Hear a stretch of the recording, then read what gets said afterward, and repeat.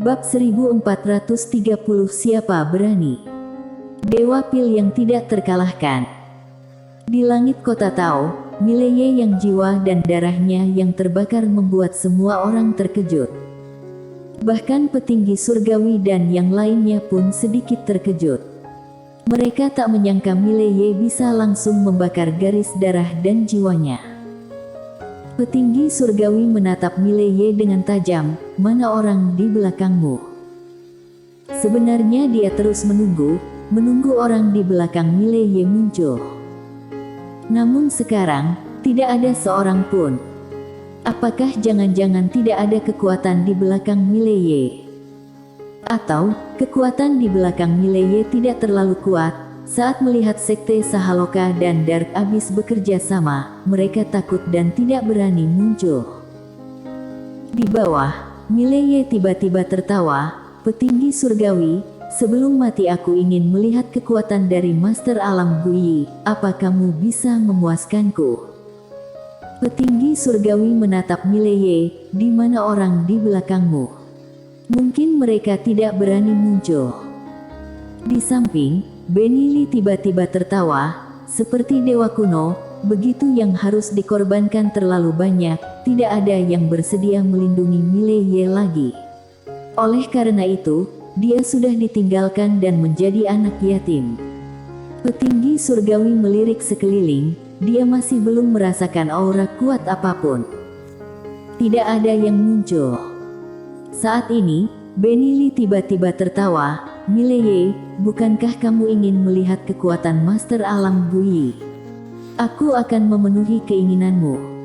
Setelah selesai mengatakan itu, dia tiba-tiba menghilang di tempat. Di bawah, Mileye tertawa, "Ayo maju." Setelah mengatakan itu, dia melompat ke atas dan menebas ke langit dengan pedang. Pedang Tao. Tebasan pedang ini diluncurkan dengan kekuatan yang luar biasa. Karena setelah membakar garis darah dan jiwa, kekuatan Mileye melonjak seperti letusan gunung berapi. Dan saat Mileye melakukan tebasan itu, dia juga mengeluarkan stempel Dao. Dengan dukungan dari stempel Dao, garis darah dan jiwa yang sudah meningkat, meskipun dia belum mencapai alam Taoisme, tapi kekuatannya sudah jauh beberapa kali lipat melebihi kekuatan para master yang sudah mencapai alam Taoisme. Begitu serangan pedang ini diluncurkan, mata petinggi surgawi dan yang lainnya di langit menunjukkan keterkejutan. Mileye hanya berada di alam Yudao. Bagaimana dia bisa mengeluarkan serangan pedang yang begitu kuat? Petinggi surgawi melihat ke Mileye yang berada di bawah, sungguh mengerikan. Saat Mileye meluncurkan serangan pedang itu, sebuah bayangan tinju turun dari langit dan menghantam tebasan pedang Mileye. Boom! Di depan mata semua orang, Mileye kembali ke posisinya semula, dan Benili juga kembali ke posisinya semula. Ada bekas pedang yang dalam di telapak tangan kanannya. Pada saat ini, mata Benili menunjukkan keseriusan. Kekuatan Mileye ternyata sudah sekuat ini.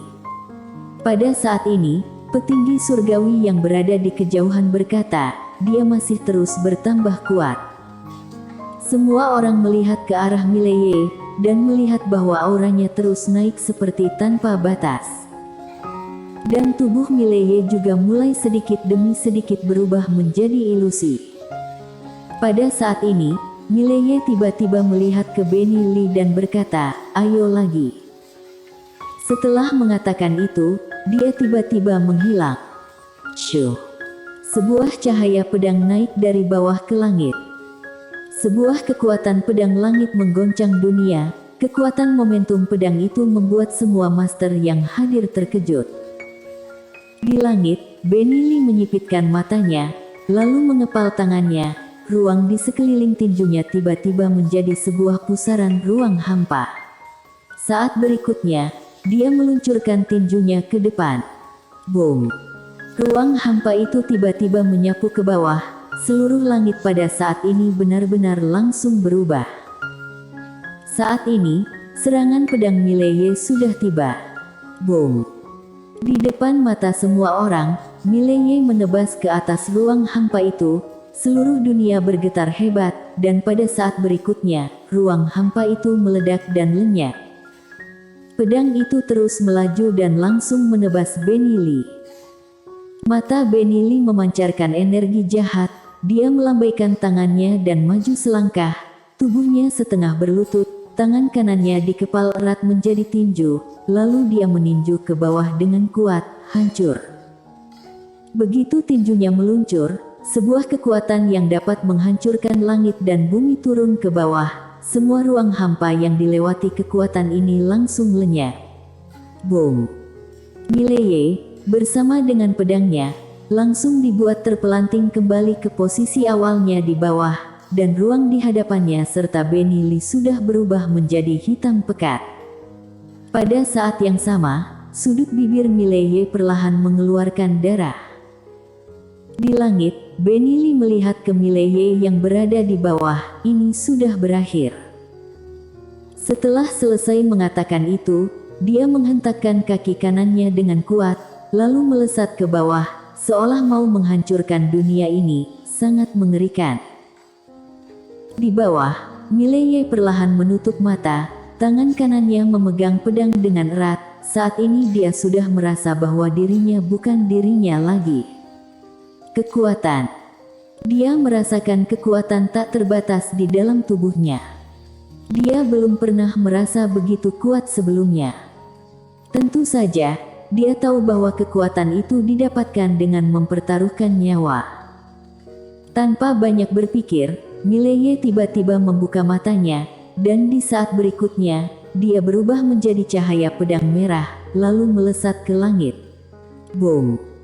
Di depan mata semua orang, Mileye mengeluarkan satu serangan pedang dan membuat mundur Benny Lee, lalu Benny Lee langsung terpental jauh hingga ribuan meter.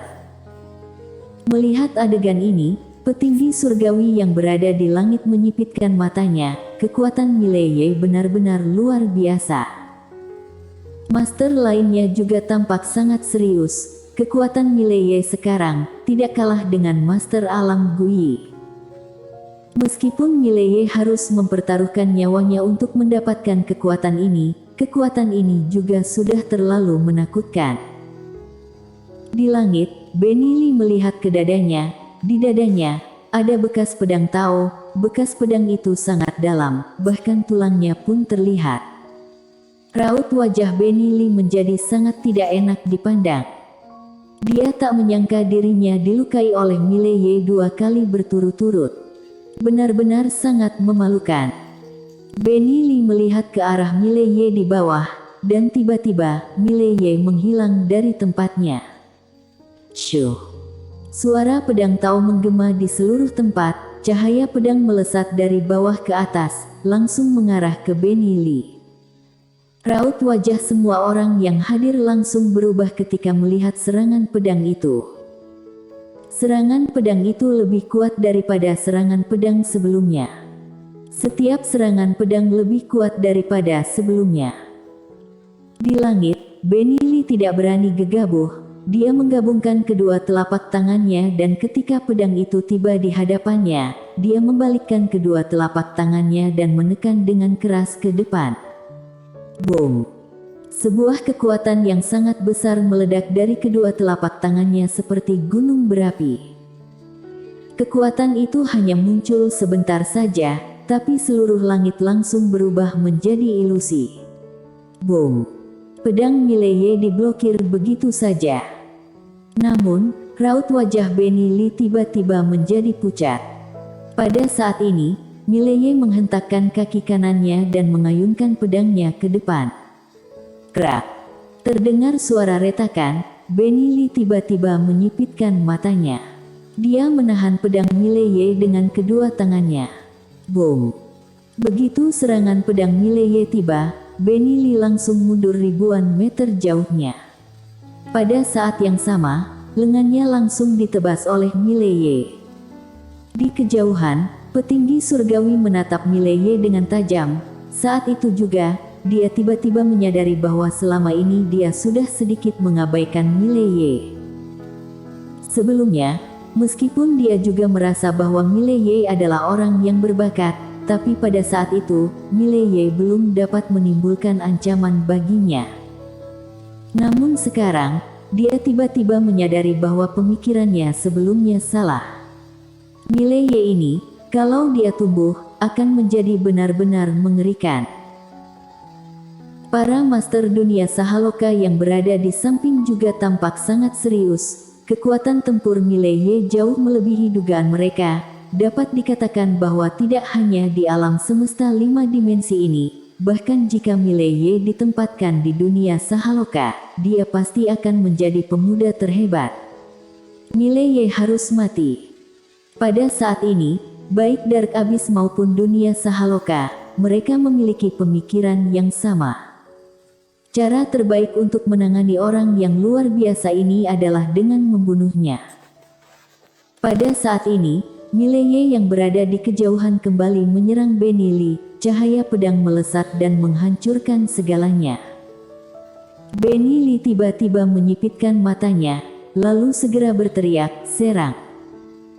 Saat ini juga, dia sudah tak berani menghadapi Mileye sendirian. Setelah dia mengatakan ini, tiba-tiba 2 orang master dari Sekte Sinta muncul di depannya. Namun Mileye tidak memilih untuk mundur. Dia menebaskan dengan pedang. Kedua master itu langsung menghilang di tempat. Boom, boom. Langit bergetar hebat, di bawah serangan gabungan dari 2 master alam Guyi.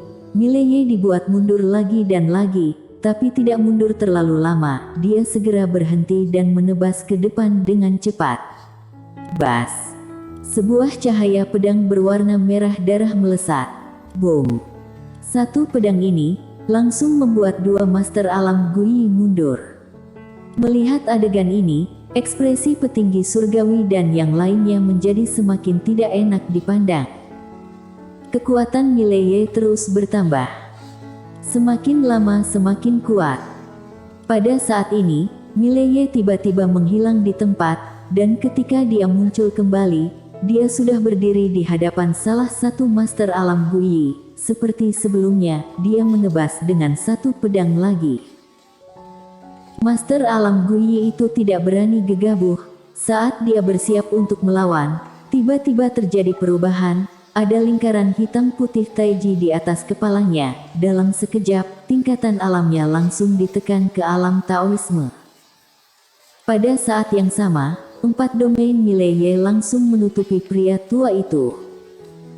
Perubahan yang tiba-tiba ini membuat ekspresi pria tua itu berubah drastis. Dia hendak mundur, tapi sudah terlambat. Pedang Mileye sudah tiba. Bas! Di depan mata semua orang, pedang Mileye menebas lurus dari kepala pria tua itu. Bas! Satu pedang menebas sampai akhir, tubuh pria tua itu terbelah menjadi 2 bagian. Jiwanya pun langsung lenyap. Melihat adegan ini, semua orang terdiam. Mileye membunuh seorang master alam Guyi. Harus diketahui, saat ini Mileye hanya berada di alam Yudao. Dia membunuh musuh yang berada 2 tingkat di atasnya. Tak jauh dari sana, para master dari dunia Sahaloka melihat Mileye seperti melihat monster.